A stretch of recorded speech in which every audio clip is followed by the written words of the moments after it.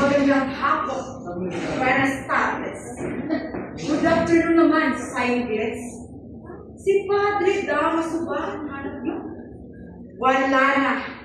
Ako ang bagong pura ng Sanchez. Ako si Padre Salve. Suyin Bernardo Padre Salve.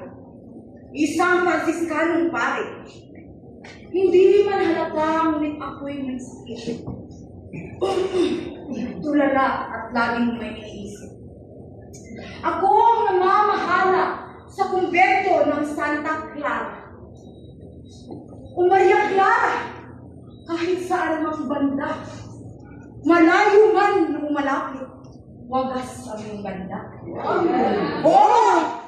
Pinagnanasaan kita, matagal na! Kung wala lang sana itong si Ibarra, malamang ang aking ang ginawa, ang aking gustong gawin. Ito ang aking lihim na itinatago. Ang lihim na kagimbal-gimbal. Pero bakit nga ba masarap ang bawal? Ako na wala na si Ibarra, aking madilim na lihim ay makakamit ko rin. Ayoko pang mamatay at mamahalan kay Don Rafael. Wala akong alam. Huwag ako ang tanungin. Si Padre Damaso ang siyalamin. Humanda ka, Ibarra!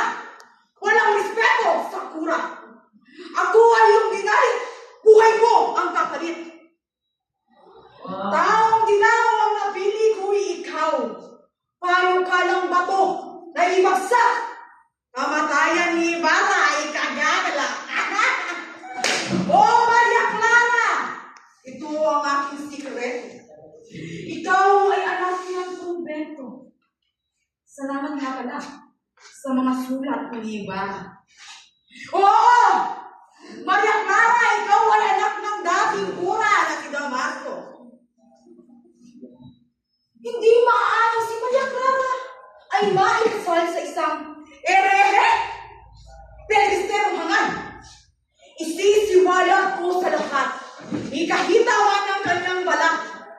Ako naman ay may kinalaman sa istrukturang ipinatayo na nagbungsod sa muntikan ng pagkamatay ni Juan Crisostomo Ibarra. Ningit kay malas, nakaligtas ang erehe. Pero ang minuto, mukhang marami na kayong nalalaman sa aking pagkatao. Adios! Hasta que otra vez. Ah.